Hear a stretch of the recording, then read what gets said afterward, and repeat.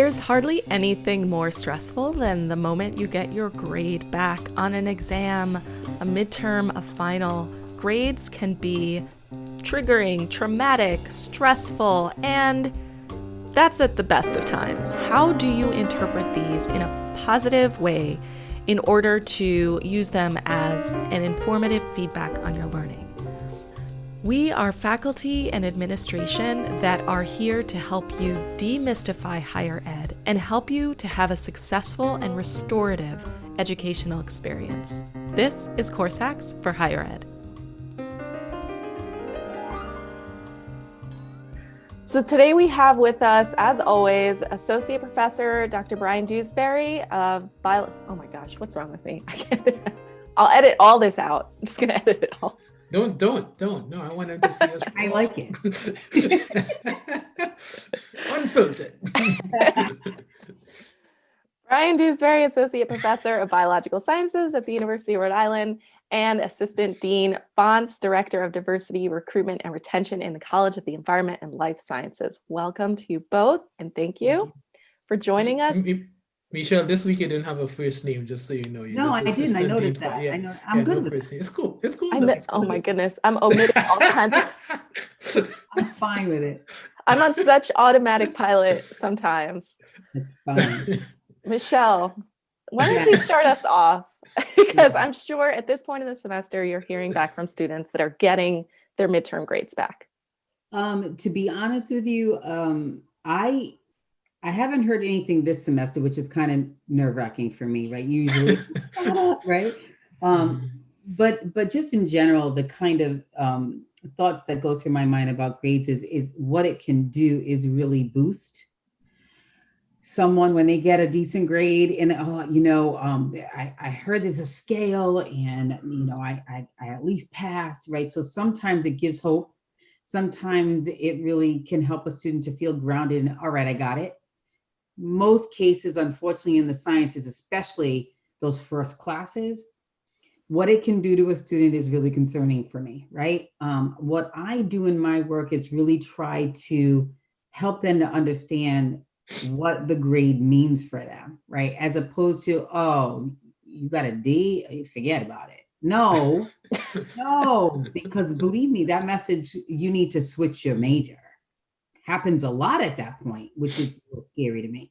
So then I just explore, and I think Brian and I do that. Like, we haven't talked about this in a long time, but I would bet our conversations are the same. I don't know about but it's like, let's talk about what you did for that grade. There you go. Then, oh, you studied an hour a week. No, not going to work, right? So I think a lot of it has to do with having the conversation with the student. If they are not having a conversation with anyone that is helping to uplift and motivate and keep them positive despite a bad grade or a challenging grade, that's where the problem lies. A lot of students become very isolated after they get their grade from a class or their grades for the semester, and will shut down completely if they didn't get what they expected, right? So I'm very thankful that I get to have some conversations with students that are just beat down from a letter grade. And so it's then the conversation, all right, let's talk about what you've done. And so maybe it's your study skill set that worked in K through 12 that doesn't work here. Maybe it's because you didn't get the reminders that you're used to. When you were a senior, you had a professor that was like, don't forget. Professors here at URI are not going to do that, and probably not in many places, right? Unless it's very, very small classes. So I try to help them think about their environment as well as the new environment that they're in, and how they have to, get themselves accommodated to kind of work in this new space, right? Whether it's a tutor, working with peers. So for each student that I deal with, and I'm kind of talking about the challenging grades right now, that is crucial. And it should be crucial to advisors that are speaking to students for the first time that are handling this, right? And I always get concerned about the fact that doesn't happen, because it's really important to say, all right, you got a D. Well, let's talk about why you got the D.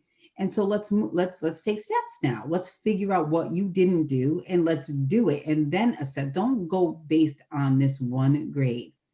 You're in the sciences. It is not easy. For some, it comes second nature. I think that might be 10% of the students that are in these majors, right? Everyone else has to struggle their way through. So I think that's the first thing that I want to bring up. I don't know, you're both professors that are doing it now. I deal mostly with students that are in situations where they're not getting the critical positive feedback despite a letter grade. Mm. So I have a lot to say on this topic, but I want to let you go first, Brian, because I'm sure you have already a sort of philosophy around grades that I'm sure a lot of our, watchers would like to hear. Well, like to hear is a strong word, but I'll give you, I guess, where my perspective comes in. And I always feel, partly because in my professional life, I work with faculty as well as students. And so I try to have an understanding of the whole picture, regardless of what the topic is, right? And, we're talking about grades here, but I think we have to maybe expand the conversation just a bit slightly and ask ourselves, well, what are the grades for? They are supposed to represent a certain amount of learning that took place, right? The relationship between those two things are not always true, right? There's an assumption it's always true, but they're not necessarily always true. In a well-designed class, it can be, but it's, I can tell you, there's a whole field of study around this. It's notoriously difficult to get that alignment perfectly, right? So if you took a few steps back from that and you think about just the learning piece of it, right? So forget the letter grades. Think of what you would want to be. And I'm talking to the students now, 10, 15, 20 years from now, right? You're an adult. I mean, I hope you do this now, by the way, but just think of yourself going to make a decision about something, whether it's a small decision like, say, buying a pair of sneakers, or a big decision like voting in an election. Likely you want to go into that situation with a certain amount of information so that you make the correct decision, right? So if you're going to, say, do some research on what's the best pair of sneakers to go running in, you're not going to have flashcards, right, to remember the details. You're not going to highlight things in the manual. You are going to read as much as you can, try to get a good understanding before you make that decision. And I think what professors like, Nell and myself and many others try to do is, quite honestly, create a classroom learning environment where that act of learning about something and driving yourself to understand something in its entirety is a behavior that you cultivate from now, right? So that you do it not because there's a letter at the end of this 3-month experience. You do it because there's value in learning the things that you're learning, right? So, and I'll just tell you real quick that some of the most transformative students I've had, I love all my students, but there's some who I think just got to a point when they were at URI where they realized they were kind of above the classroom, like not in an elitist way, but they realized what was happening in the classroom was sort of a small part of what learning is.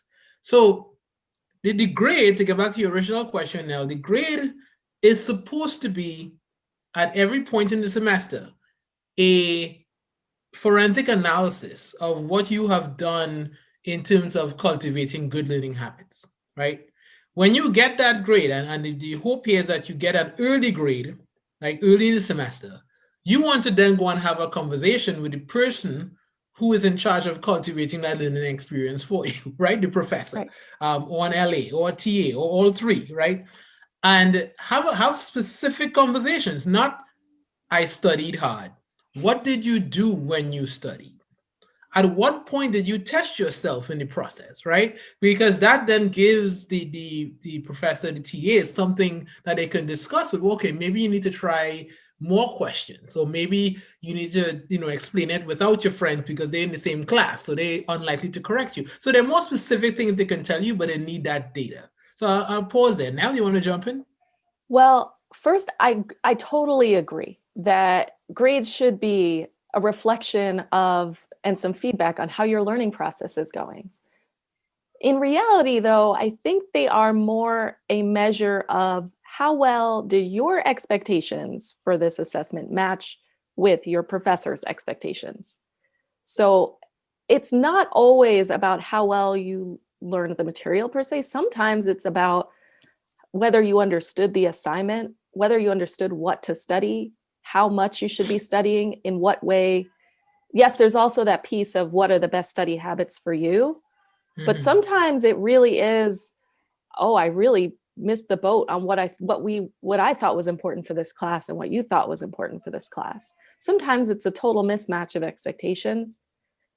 And so I think in a sense, that internalized struggle of like, oh, this reflects how bad a student I am or something like that isn't really applicable, right? You don't put that on yourself.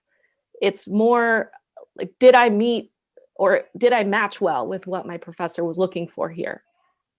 And sometimes you don't. And then the other piece of it that I think is really important as well, that you mentioned, Brian, is for well-designed courses, the assessment's really well matched to the student learning.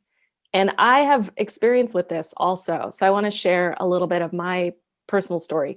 I took calculus 3 times in college, 3 different universities.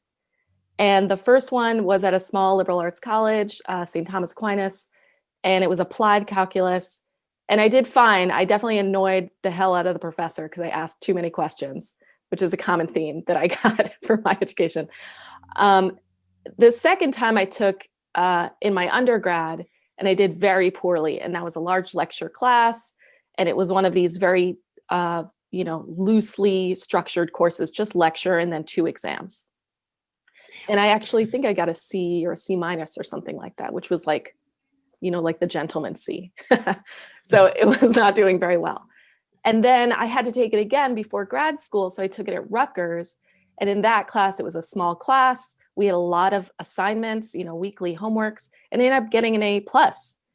And at the time I thought, oh, I'm just bad at math when I took it, the second time. And then I took it again. It had nothing to do with my ability to learn the material and everything to do with the way the courses were designed to facilitate my learning. So I think it's important to recognize that your worth as a student and your potential in a topic is not defined by one grade, 1D, like Michelle was saying. It really isn't. I cannot stress that enough. So now I want to agree with you, but I also maybe, perhaps this is something you tend to do to me, but I will kind of do the reverse here. Is the reality is, though, that for many of the students, especially in STEM, trying to get into programs that is assigning them a certain amount of value in the application based on the average of those grades over a 4-year period, right? So people who are applying to med schools and certain grad programs, et cetera, there's a certain 3-point ... that is supposed to be a given. And because of those stakes that are set, in that 4-year timeline, then the student in the present moment sees every C, whether it's a midterm C or quiz C or whatever, as a reflection of whether they can become X in the future, right? And so your advice is well taken, but I know it probably is a lot harder for those who are in those kinds of pathways to fully internalize that. Any thoughts? Yeah, I think there's a couple things that you can do. First of all, we're doing these course hacks so you can kind of get this learning beforehand, right? So you're not waiting until reflecting on it years later. Right here, solution right here.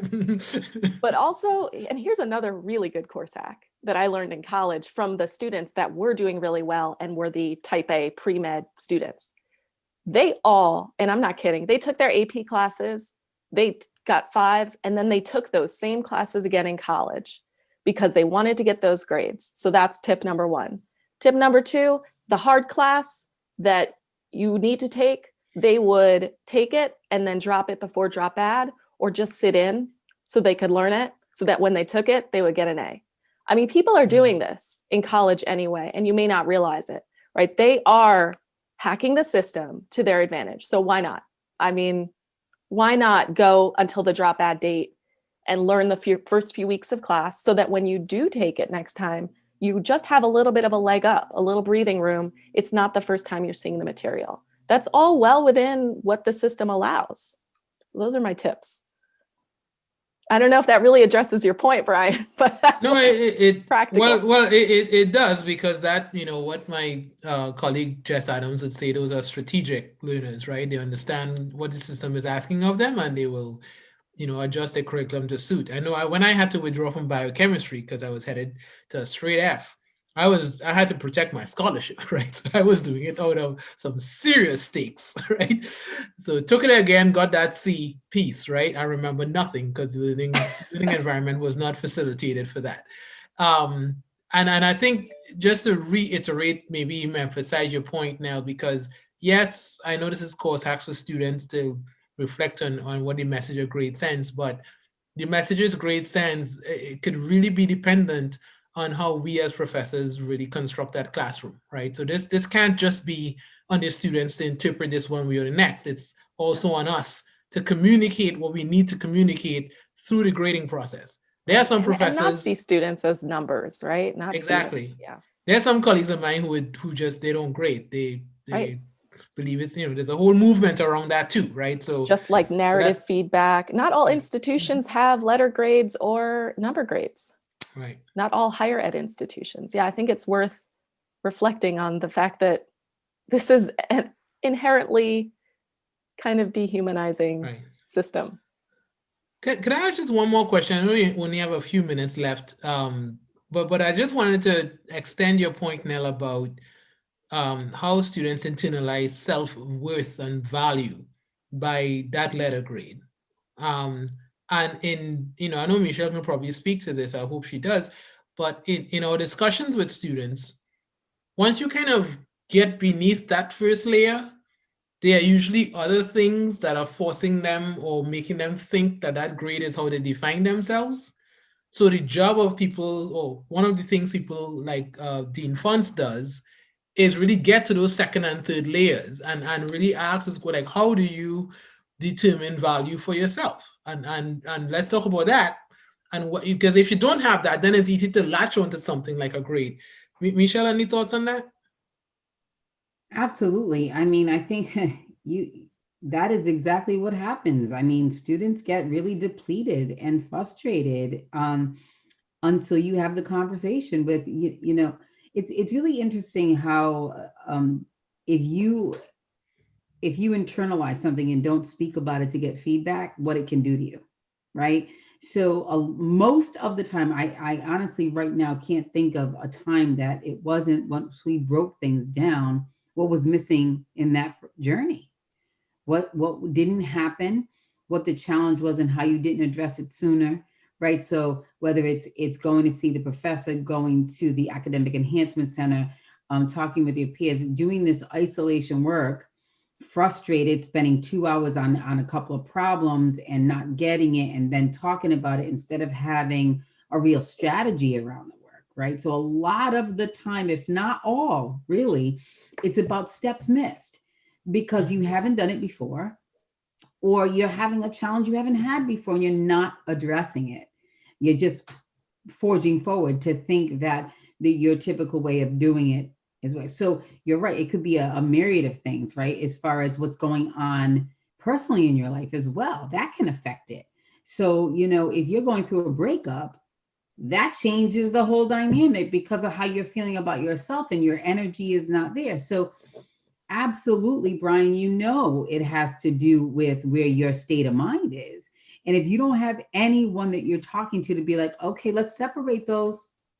Yeah, you got to deal with heartbreak. And let's talk about how you're going to do that.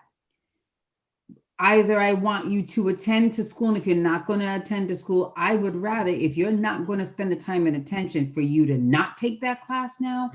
Right. Do something different, because it's only going to get worse if you don't do this right. And unfortunately, I don't think that happens enough for most students. I'm very thankful for the small cohort of students that maybe you catch now, you catch Brian, I catch. But across the board, a lot of times it has to be that hard to take letter grade to either have you give up or say, well, whoa, I've got to change what I'm doing, right? And a lot of times that happens for our students, especially our younger first year students. And one last quick thought before, because I know we have to wrap up. Yes. I always tell my students this, learning is really an act of love for yourself, right? Investing that time to learn a topic, to me, is about investing in yourself. Mhm. And so when I'm stressed, or when, I do have a lot of other things going on, we all do this semester, taking a little bit of time, whatever time that you can, to put those things aside and focus on your learning is like an act of saying, you know what, I'm important. I'm going to put myself first. I'm investing in this, in my future, in my learning. And to me, that's an act of love. So I think It we is need to leave well it said. there. Sorry to That's take the last lovely. word. Oh Yes, no, man, that's a great last word. We it love is. it. We love it. It is. Thank you both so much. And we'll see you next week. All Sound See right. good? you next See week. you. All right.